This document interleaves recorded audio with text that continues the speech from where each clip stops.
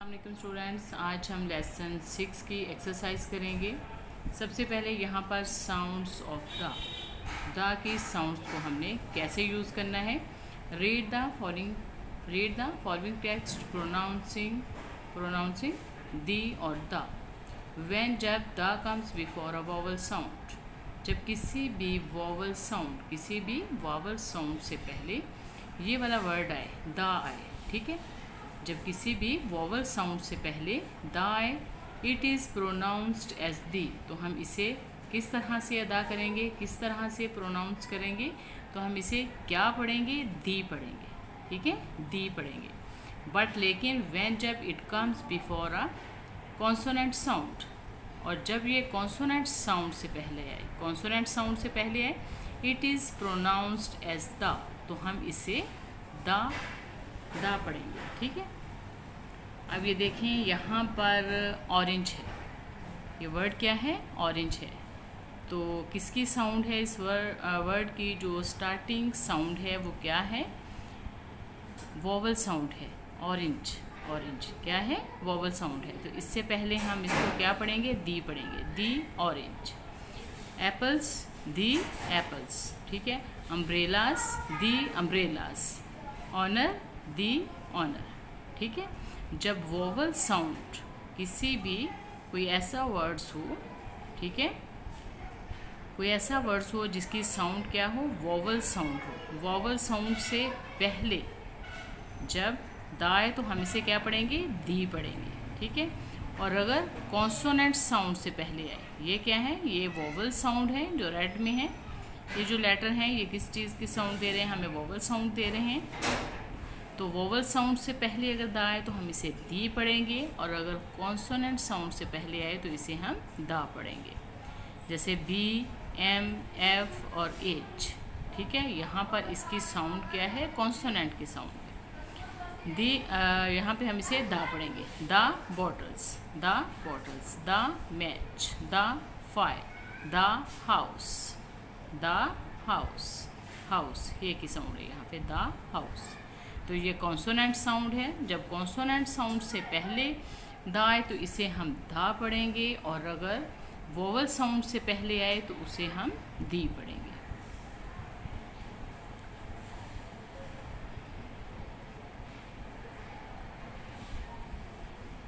यहाँ पर कॉलम है, read and practice the given dialogue.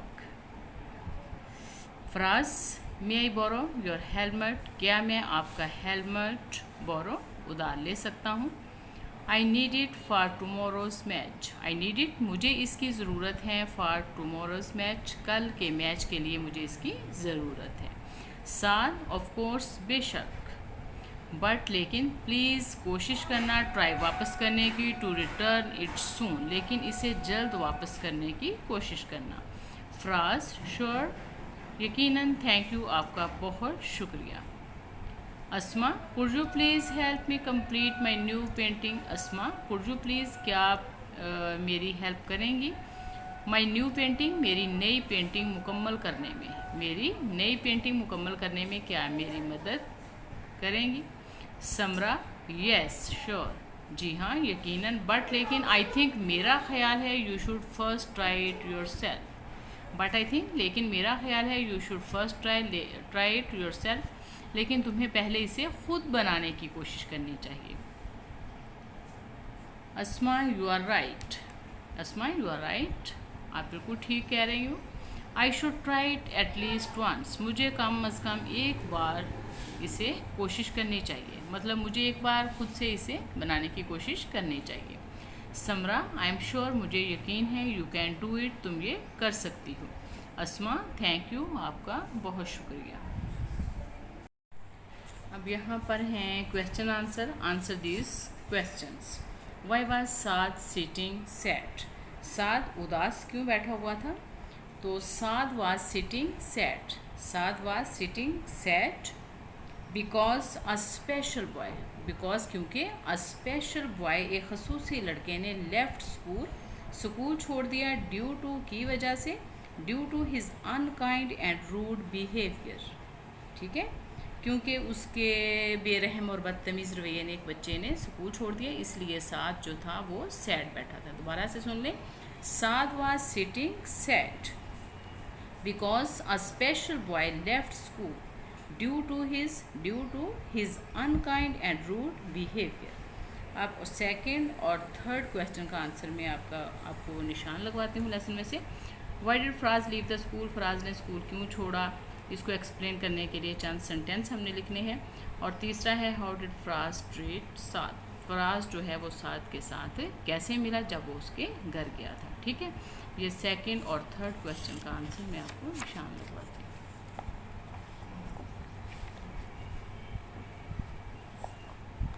Second का आपने सबसे पहले कहना है कि Faraz was a special boy. Second में कि फराज एक खसूसी लड़का था। ठीक है, Faraz was a special. Second का जब आपने स्टार्ट करना है तो आपने पहले लिखना है कि Faraz was a special boy, Faraz was a special boy. उसके बाद आपने ये सेंटेंस लिखना है ही लिम्प्ड वाइल वॉकिंग, ही लिम्प्ड को लंगड़ाता था वाइल वॉकिंग चलते हुए। I often made fun of him for that, मैं इसके लिए उसका मजाक उड़ाता।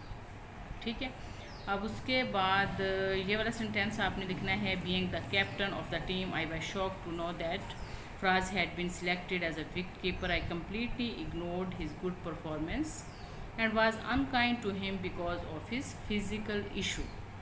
ठीक है, कि वो उसे तो विकेट कीपर चुन लिया गया और जबकि मैं कैप्टन था और मैं हमेशा उसको इग्नोर करता था, उसकी एबिलिटीज़ को इग्नोर करता था उसके फिज़िकल इशू की वजह से। ठीक है, अब सेकंड पे आप ये वाले सेंटेंस आपने लिखने हैं कि फराज वाज सो डिप्रेस्ड, वो बहुत ज़्यादा दिल शिकस्ता हुआ।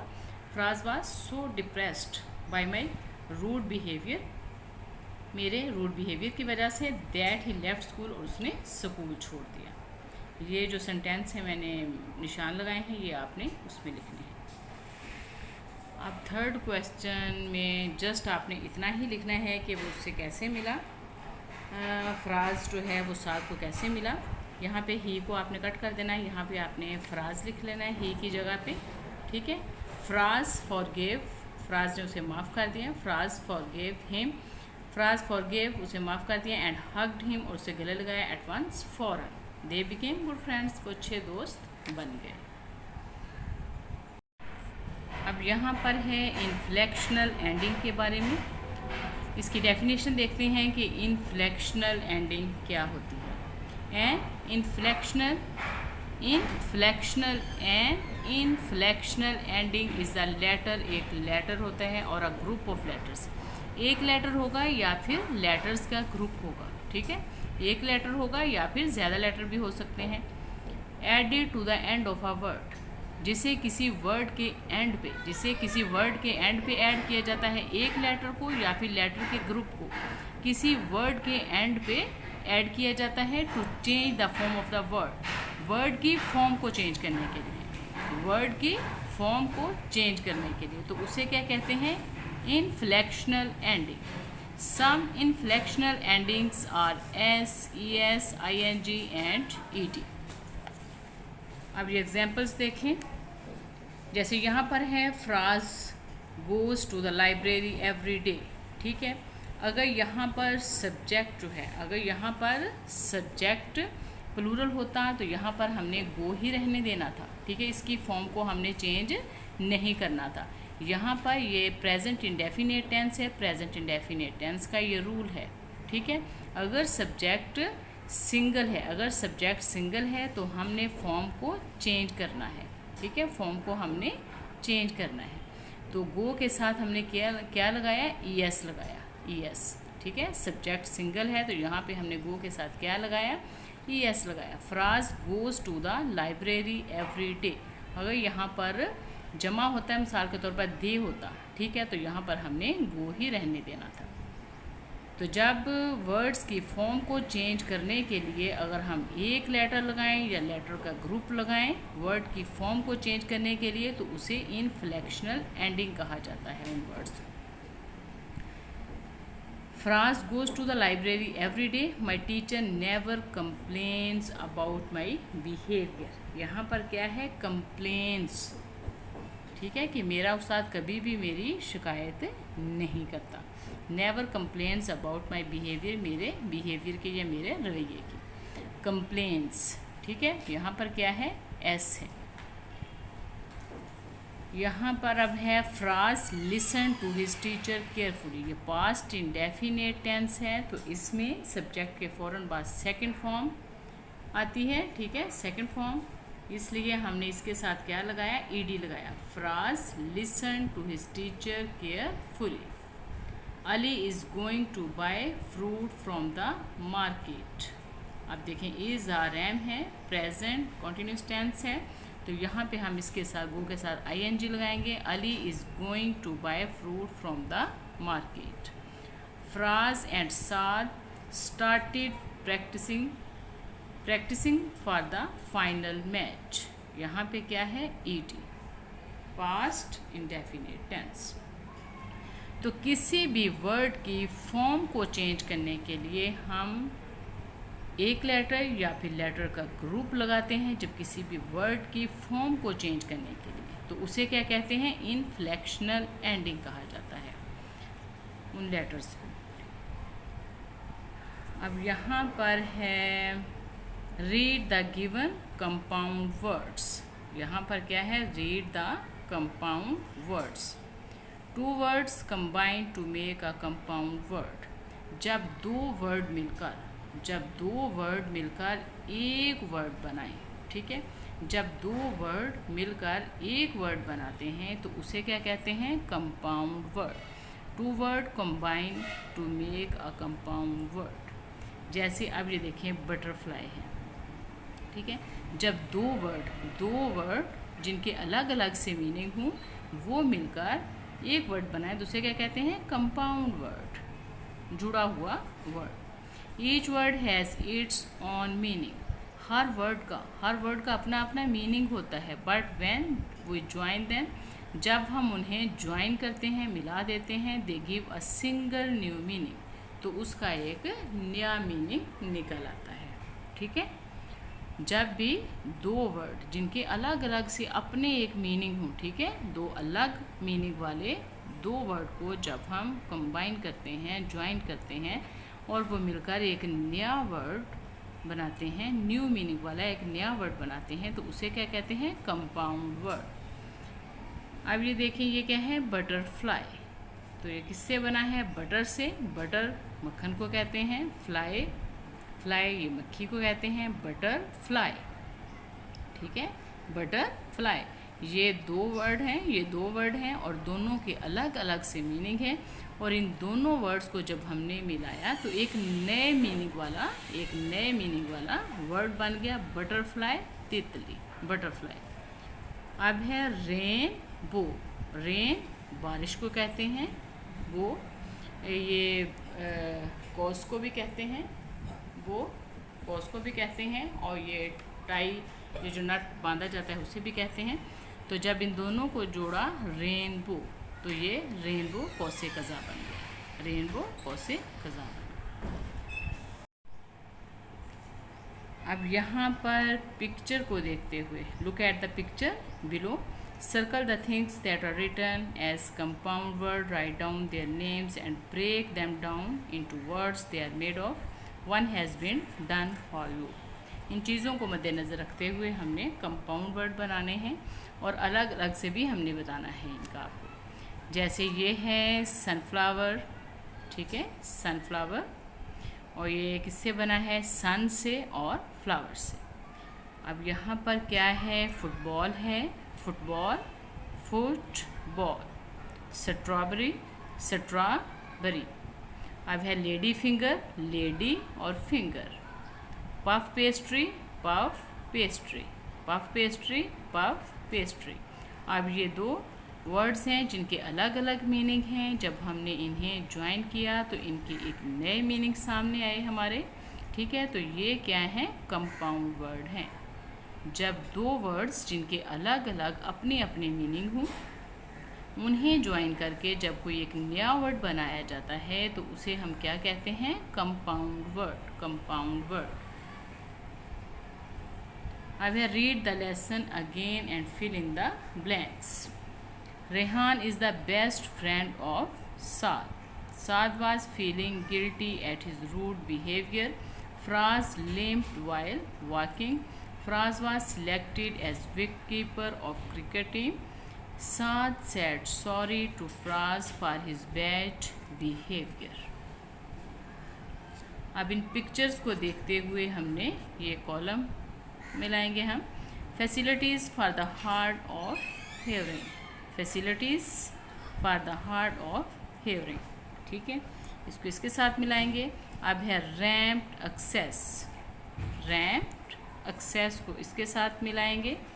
अब है एक्सेसिबल टॉयलेट, एक्सेसिबल टॉयलेट को इसके साथ मिलाएंगे। Facilities for the visually impaired, facilities for the visually impaired को हम इसके साथ मिलाएंगे। ये पिक्चर्स को मद्देनज़र रखते हुए जो मीनिंग उनके साथ मैच करते हैं उनके साथ हमने इनको मिला दिया है।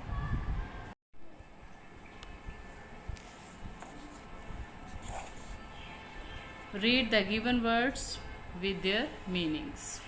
Gloomy, sad. Gloomy गमगीन, sad उदास। Guilty कसूरवार, feeling ashamed शर्मिंदगी महसूस करना। Guilty feeling ashamed. Rude showing lack of respect. Depressed मायूस होना। Unhappy despondent. Apologize माफ़ी मांगना, to say sorry माजरत करना। यहाँ पर फिर कंपाउंड वर्ड दिए गए हैं, कंपाउंड वर्ड दिए गए हैं। एयरक्राफ्ट, एयरक्राफ्ट कंपाउंड वर्ड है। ये किस किस वर्ड से बना है? एयर से और क्राफ्ट से। इन दोनों वर्ड्स के अलग अलग मीनिंग हैं और इनसे मिलकर एक नया कंपाउंड वर्ड बना है जिनके अलग मीनिंग है। Aircraft, bedroom, bed, room, eye ball, eye ball, moonlight, moon और लाइट, ठीक है। ये कंपाउंड वर्ड जो हैं जिन वर्ड्स से बने हैं वो यहाँ पर लिख दिए हैं मैंने। Fill in the missing letter to complete the words. Missing letter अब हमने लिखने हैं। Depress, lame, guilty, hug, bench. अब यहाँ पर है कॉमन और प्रॉपर नाउन, उनकी डेफिनेशन देख लें। फिर से कई दफ़ा हम कर चुके हैं। Common nouns are the names of people, places, animals and things in general, ठीक है। आम चीज़, जगह, शख्स या किसी भी जानवर के नाम को कॉमन नाउन कहा जाता है। For example book, cat, women. इसी तरह proper noun are the names of particular person, मखसूस जो ख़ास अशख़ास के नाम होते हैं, जगहों के, जानवरों के या चीज़ों के, उन्हें प्रॉपर नाउन कहा जाता है। और they always start with the capital letter, और जो प्रॉपर नाउन है वो हमेशा कैपिटल लेटर से स्टार्ट होते हैं। For example Azam, Lahore etcetera. यहाँ पर ये पैराग्राफ है, यहाँ पे वर्ड्स लिखे गए हैं। ये देखें, नथिया गली है, इसका पहला लेटर जो है वो कैपिटल है और नथिया गली जस्ट एक है, ठीक है।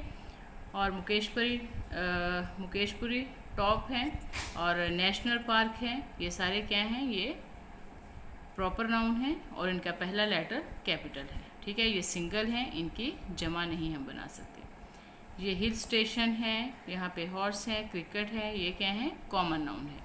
कॉमन नाउन जो है उनकी जमा बन सकती है और उनका पहला लेटर कैपिटल नहीं होता। हाँ जी, अब ये पूरा पैराग्राफ हम पढ़ेंगे और इसमें से कॉमन नाउन और प्रॉपर नाउन को हमने तलाश करना है। ये कॉमन नाउन यहाँ पे मैंने लिखे हैं और कुछ प्रॉपर नाउन लिखे हैं। कॉमन नाउन वर्ड है, टीचर है, वुमेन है। प्रॉपर नाउन में हेलन केलर है, एंड सुलेवन है और ब्रेल है। ब्रेल, एंड सुलेवन और हेलन केलर। अब यहाँ पर है be, do and have as main and helping verbs. Read the following sentences to understand the use of be, do and have with pronouns. Be, do, have are helping verbs. Be, do, have are helping verbs. ये helping verbs होती हैं when जब they are used with an other verb in a sentence. जब ये किसी भी sentence में किसी और वर्ब के साथ जब इनको इस्तेमाल किया जाता है, ठीक है। जब किसी भी सेंटेंस में इनका इस्तेमाल किसी और वर्ब के साथ आता है तो ये हेल्पिंग वर्ब के तौर पर काम करती हैं। Be, do and have are main verbs. When they are used alone in a sentence, जब ये सेंटेंस में अकेली होती हैं, जब ये किसी भी सेंटेंस में अकेली होती हैं तो ये एज अ मेन वर्ब इनका रोल होता है, ठीक है। तो जब ये जस्ट यही होती हैं किसी सेंटेंस में अकेली होती हैं, बी डू हैव, तो ये एज अ मेन वर्ब इस्तेमाल की जाती हैं, इन्हें इस्तेमाल किया जाता है। और जब ये किसी भी सेंटेंस में दूसरी वर्ब के साथ जब इनका इस्तेमाल आता है तो ये एज अ हेल्पिंग वर्ब काम करती हैं। Be do and have are main verbs, यहाँ पर मेन वर्ब्स के तौर पे काम कर रही हैं। Be do and have are as helping verbs, और यहाँ पर हेल्पिंग वर्ब के, ठीक है। जैसे एम, हैड और हैज़, ये फॉर्म्स ऑफ वर्ब हैं इनकी, फर्स्ट, सेकंड, थर्ड, ठीक है। एम, हैड और हैज़, हैव, डिड, यहाँ पर मेन वर्ब के तौर पे, और यहाँ पर as a helping verb, am, had और हैज़, हैव, डिड। यहाँ पर पंक्चुएशन का यूज़ बताया गया है, ये हम पहले भी बहुत दफ़ा कर चुके हैं।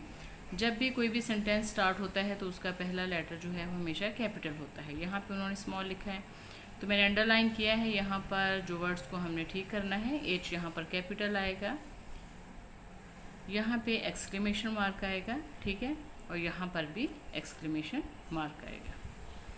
यहाँ पर W कैपिटल आएगा और F भी कैपिटल आएगा और S भी कैपिटल आएगा, और ये सवालिया फिक्रा है इसलिए क्वेश्चन मार्क आएगा, ठीक है।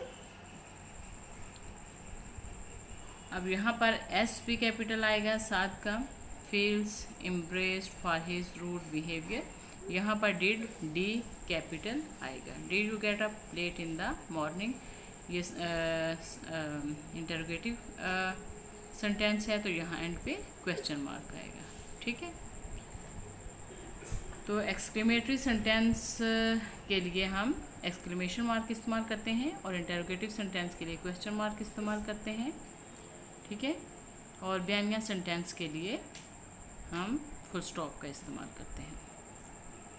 यहाँ पर है अनरेटिव पैराग्राफ, किसे कहते हैं? A narrative paragraph retells an event. A narrative paragraph जो है एक वाक़या को दोबारा से बयान करता है। इट हैज़ अ बिगनिंग, इसका जो नेटिव पैराग्राफ होता है उसका बिगनिंग भी होता है, मतलब उसका स्टार्ट भी होता है, मिडल भी होता है और एंड भी होता है, ठीक है।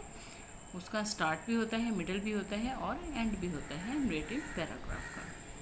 यहीं पे हमारी जो एक्सरसाइज है वो कंप्लीट होती है। अगर आपको ये मेरी वीडियो अच्छी लगे तो इसे लाइक करें, सब्सक्राइब करें और अपने फ्रेंड्स के साथ शेयर ज़रूर करें। अल्लाह हाफिज़।